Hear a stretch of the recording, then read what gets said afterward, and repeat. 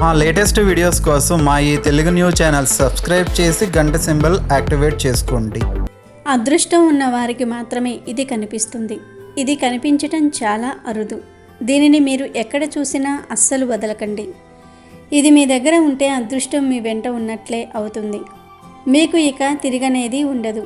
ఇది ఒక మొక్కకు కాస్తుంది. దీనిని మీ ఇంటిలో ఉంచితే ఇక మీ ఇల్లు సిరి సంపదలతో నిండిపోతుంది. ఇంతకీ అది ఏమిటి, ఏ చెట్టుకు కాస్తుంది, దీనితో కలిగే ప్రయోజనాలు ఏమిటి అనే విషయాలను ఈ వీడియోలో తెలుసుకుందాం. అంతకన్నా ముందు మా వీడియో నచ్చితే లైక్ చేసి షేర్ చేయండి. అలాగే మా ఛానల్ని కూడా సబ్స్క్రైబ్ చేసుకొని మాకు సపోర్ట్ చేయండి. ఇక వీడియోలోకి వస్తే ఇప్పుడు మనం చెప్పుకున్న మొక్క పేరు జిల్లేడు మొక్క. ఈ మొక్కకు సంబంధించిన ఒక రహస్యం గురించి తెలుసుకోబోతూ ఉన్నాము.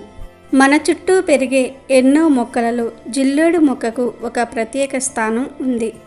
దీనిని సంస్కృతంలో అర్క అని, హిందీలో ఆక్ లేదా మందార్ అని, ఆంగ్లంలో క్రౌన్ ఫ్లవర్ అని పిలుస్తూ ఉంటారు.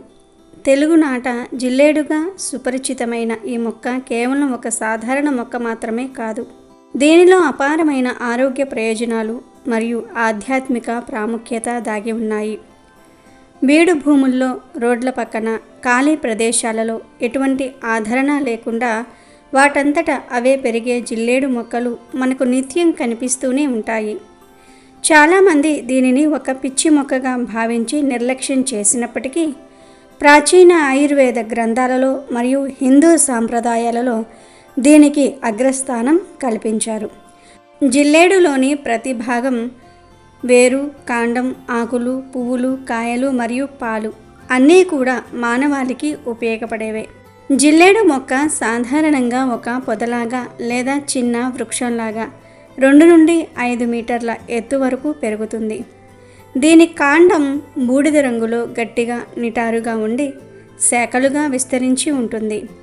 కాండం మరియు కొమ్మలపై మృదువైన బూడిద రంగు పొడి వంటి పదార్థం కప్పబడి ఉంటుంది. ఈ మొక్క యొక్క ఏ భాగాన్ని గిల్లినా లేదా విరిచినా చిక్కటి తెల్లని పాలు కారటం దీని ప్రధాన లక్షణం. ఈ పాలు జికిటగా ఉండి విషపూరితమైన ఆల్కలాయిడ్లను కలిగి ఉంటాయి. అందుకే దీనిని ఉపయోగిస్తున్నప్పుడు చాలా జాగ్రత్త వహించాలి. ప్రధానంగా జిల్లేడులో 2 రకాలు మనకు ఎక్కువగా కనిపిస్తాయి. పర్పుల్ జిల్లేడు. దీని పువ్వులు వంగపండు రంగులో ఉంటాయి. ఇది సాధారణంగా ఎక్కడ పడితే అక్కడ కనిపిస్తుంది. తెల్ల జిల్లేడు, దీన్నే శ్వేతార్గం అని అంటారు. దీని పువ్వులు స్వచ్ఛమైన తెలుపు రంగులో ఉంటాయి. ఇది సాధారణ జిల్లేడుతో పోలిస్తే అరుదుగా కనిపిస్తూ ఉంటుంది. ఆధ్యాత్మికంగా మరియు ఔషధపరంగా తెల్ల జిల్లేడుకు అత్యంత ప్రాముఖ్యత ఉంది. దీనిని అత్యంత పవిత్రమైనదిగా భావిస్తారు. 21 సంవత్సరాలు దాటిన తెల్ల జిల్లేడు చెట్టు వేరులో గణపతి స్వరూపం సహజంగా ఏర్పడుతుందని ఒక బలమైన నమ్మకం ఉంది. దీనిని శ్వేతార్గ గణపతి అని పిలుస్తారు మరియు దీనిని పూజించటం వల్ల సకల శుభాలు కలుగుతాయని విశ్వసిస్తారు. ఈ శ్వేతార్గ గణపతి విగ్రహాన్ని ఇంట్లో ఉంచి పూజించటం వల్ల ధనలాభము, వ్యాపార అభివృద్ధి, గృహశాంతి మరియు సకల కార్యసిద్ధి కలుగుతుందని ప్రగాఢంగా విశ్వసిస్తూ ఉంటారు. పుష్యమి నక్షత్రం ఉన్న ఆదివారం నాడు ఈ వేరును సేకరించి పూజించటం వల్ల విశేష ఫలితాలు లభిస్తాయని తాంత్రిక శాస్త్రం చెప్తుంది. తెల్ల జిల్లేడు వేళ్ల మీద గణపతి నివసిస్తాడు. ఈ వేళ్లు కొన్నిసార్లు ఆకృతిలో సైతం గణేశుణ్ణి పోలి ఉంటాయి. అందుకే చాలామంది తెల్ల జిల్లేడును పరమ పవిత్రంగా భావించి తులసి మొక్కల ఇంట్లో నాటుతూ ఉంటారు. ఈ మొక్క గనుక ఉంటే ధనధాన్యాలు పుష్కలంగా లభిస్తాయి. ఆలోచనల్లో పరిపక్వత వస్తుందని, ఎవరైనా హాని తలపెట్టినా అలాంటివి దుష్ప్రభావం చూపకుండా వారి ప్రయోగాలే నశిస్తాయని ప్రతీతి. ఇళ్లల్లో జిల్లేడు మొక్కలు ఉండకూడదు అనేది ఒక అపోహ మాత్రమే. నిజానికి శ్వేతార్గం లేదా తెల్ల జిల్లేడు మొక్క ఇంట్లో ఉంటే ఇక వారికి దరిద్రం అంటే ఏమిటో తెలియదు. జిల్లేడు మొక్కలు అధికంగా ఉన్న ఊళ్ళో పంటలు బాగా పండుతాయంటారు. ఒక్క మాటలో చెప్పాలంటే జిల్లేడు సిరి సంపదలకు చిహ్నమని నమ్ముతారు. తెల్ల జిల్లేడు దూదితో దీపాలను వెలిగించటం ద్వారా అష్టైశ్వర్యాలు చేకూరుతూ ఉంటాయి. హిందూ ధర్మంలో జిల్లేడు మొక్క కేవలం ఒక ఔషధ మొక్క మాత్రమే కాదు, అది ఒక దైవ స్వరూపం. ఇది సూర్యభగవానుడికి శివుడికి, గణపతికి మరియు హనుమంతునికి ప్రతీకగా భావిస్తూ ఉంటారు. వినాయక చవితి రోజున గణపతిని 21 రకాల పత్రాలతో పూజిస్తారు. దీనినే ఏకవిశంతి పత్ర పూజ అంటారు. ఈ 21 పత్రాలలో అర్కపత్రం అంటే జిల్లేడు ఆకు ఒకటి. ఇది వినాయకుడికి అత్యంత ప్రీతికరమైనదిగా భావిస్తారు. మాఘమాసంలో వచ్చే రథసప్తమి రోజున జిల్లేడు ఆకులతో స్నానం చేయటం ఒక ముఖ్యమైన ఆచారం. 7 జిల్లేడు ఆకులను తలపై 1, భుజాలపై 2, మోకాళ్లపై 2, పాదాలపై 2 ఉంచుకుని స్నానం చేయటం ద్వారా ఆరోగ్య సమస్యలు, ముఖ్యంగా చర్మ వ్యాధులు తొలగిపోతాయని మరియు సూర్యభగవానుడి అనుగ్రహం లభిస్తుందని ప్రగాఢ విశ్వాసం. సంక్రాంతి పండుగలో మొదటి రోజైన భోగి నాడు సాయంత్రం పిల్లలకు దిష్టి తగలకుండా వారు ఆరోగ్యాలతో ఉండాలని కోరుతూ భోగి పళ్ళు పోస్తారు. రేగి పళ్ళతో పాటు జిల్లేడు ఆకులు, పువ్వులు, బంతిపూల రేకులు, చిల్లర నాణ్యాలు కలిపి పిల్లల తలపై పోస్తారు. ఇందులో జిల్లేడు ఆకులను చేర్చటం వల్ల పిల్లలకు ఎటువంటి అనారోగ్యాలు రావని నమ్ముతూ ఉంటారు. శివుడికి బిల్వపత్రాల తర్వాత జిల్లేడు ఆకులు, పువ్వులు అంటేనే ఎక్కువ ఇష్టం. జిల్లేడు పువ్వులతో శివుణ్ణి అర్చించటం వల్ల అకాల మృత్యు భయాలు తొలగిపోతాయని శివపురాణం చెప్తోంది. శివుడికి జిల్లేడు ఆకులు మరియు పువ్వులు చాలా ఇష్టం. సోమవారాలు మరియు శివరాత్రి నాడు శివలింగానికి జిల్లేడు ఆకులతో పూజించటం వల్ల విశేష ఫలితాలు కలుగుతాయి. శనివారం నాడు ఆంజనేయ స్వామి వారికి జిల్లేడు ఆకుల మాల లేదా పువ్వుల మాల సమర్పించటం వల్ల శనిగ్రహం వల్ల కలిగే పీడల నుండి విముక్తి లభిస్తుందని జ్యోతిష్య శాస్త్రం చెప్తోంది. అలాగే జిల్లేడు చెట్టు కింద దీపం వెలిగించటం వల్ల కూడా శనిదేవుడు శాంతిస్తాడని నమ్ముతూ ఉంటారు. తెల్ల జిల్లేడు ఆకుపై దీపం వెలిగించటం వలన ఇంట్లో ఉన్న ప్రతికూల శక్తులు తొలగిపోయి సానుకూల శక్తి వస్తుందని నమ్ముతూ ఉంటారు. ఇప్ప నూనెతో దీపం వెలిగించటం వలన ఆంజనేయ స్వామి అనుగ్రహం లభిస్తుందని నమ్మకం. 5 వారాల పాటు దీపం వెలిగిస్తే విశేష ఫలితాలు ఉంటాయని చెప్తూ ఉంటారు. జిల్లేడు ఆకును పూజా స్థలంలో ఉంచి ధూప, దీప నైవేద్యాలు సమర్పించి పూజ చేయటం వలన కూడా శుభ ఫలితాలు కలుగుతాయని నమ్ముతూ ఉంటారు. జిల్లేడు ఆకుతో దీపం వెలిగించటం వలన ధనధాన్య సమృద్ధి, ఇంట్లో ప్రశాంతత, నరదృష్టి తొలగిపోవటం వంటి శుభాలు కలుగుతాయని నమ్మకం. జిల్లేడు ఆకును, ముఖ్యంగా తెల్ల జిల్లేడు ఆకును పూజకు ఉపయోగించే ముందు దానిని శుభ్రంగా కడిగి తగిన విధంగా సిద్ధం చేసుకోవాలి. జిల్లేడు ఆకు విషపూరితమైనది కాబట్టి దానిని తాకేటప్పుడు, ఉపయోగించేటప్పుడు జాగ్రత్తగా ఉండాలి. పూజ చేసేటప్పుడు శాస్త్రోక్తంగా పద్ధతి ప్రకారం చేయాలి. జిల్లేడు మొక్క గురించి చాలామందికి తెలియని విషయం ఒకటి ఉంది. అదే జిల్లేడు చెట్టుకు కాయలు కాస్తాయి అన్న విషయం. మనలో చాలామందికి ఈ చెట్టుకు కాయలు కాస్తాయని తెలియదు.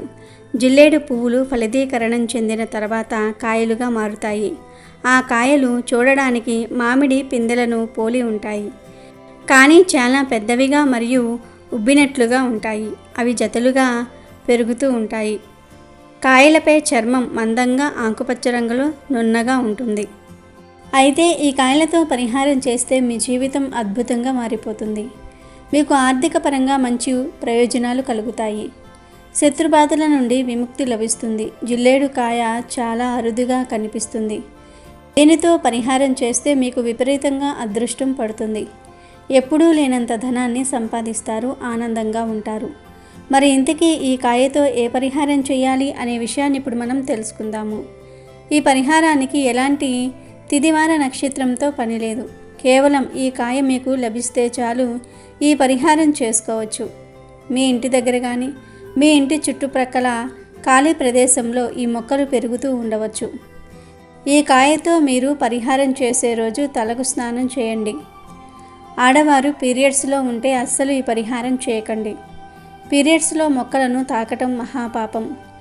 పీరియడ్స్ లేని వారు ఈ పరిహారం చేయండి. కేవలం ఆడవారే చేయాలనే ఏమీ రూల్ లేదు. ఆడవారు కానీ మగవారు కానీ ఎవరైనా చేసుకోవచ్చు. మాకు అదృష్టం కలగాలి, మా జీవితాలు మారి మేము ఆనందంగా ఉండాలి అని కోరుకునే ప్రతి ఒక్కరూ కూడా ఈ పరిహారాన్ని చేయండి. తలస్నానం చేసిన తర్వాత మీకు దగ్గరలో ఉన్న జిల్లేడు చెట్ల దగ్గరకు వెళ్ళి దానికి కాసిన ఒక కాయను తెంపుకొచ్చుకోండి.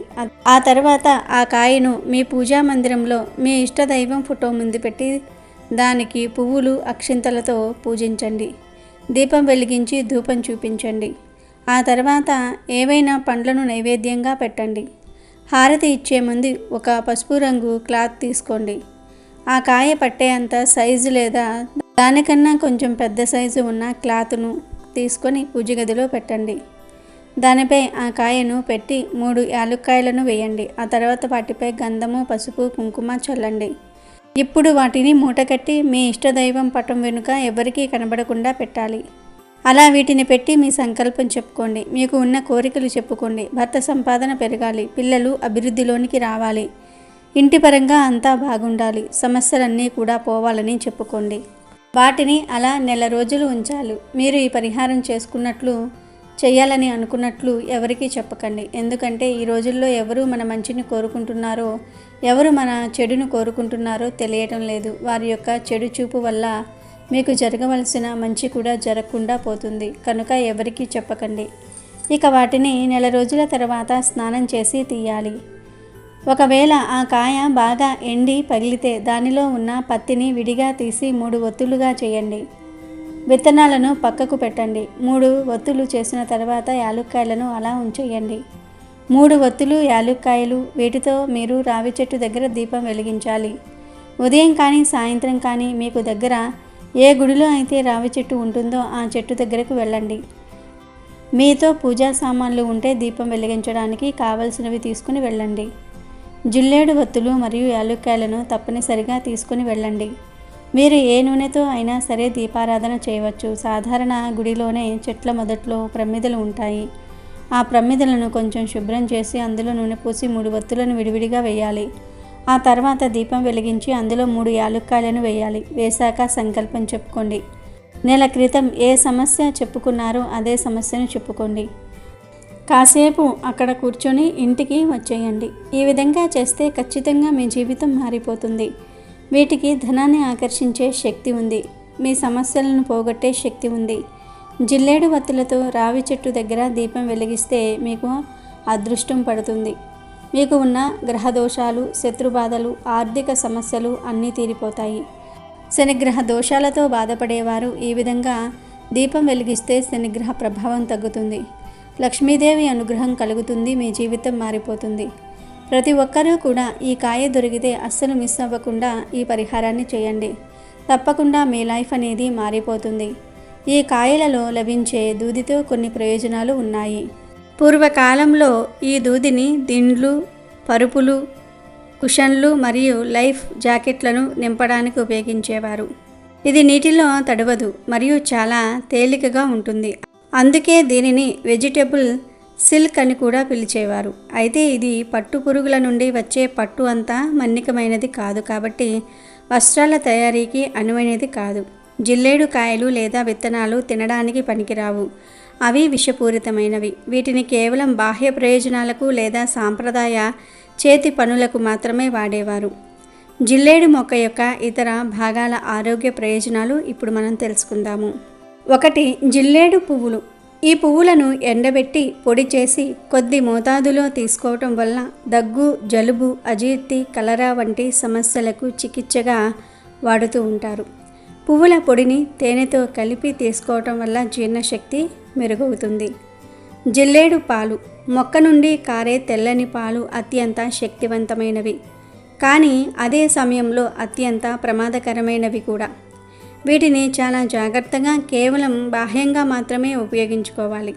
కొద్దిగా జిల్లేడు పాలను దూదిలో ముంచి పుచ్చిపోయిన పంటిపై పెట్టడం వల్ల నొప్పి నుండి ఉపశమనం లభిస్తుంది. అయితే ఇది చిగుళ్లకు తగలకుండా జాగ్రత్త పడాలి.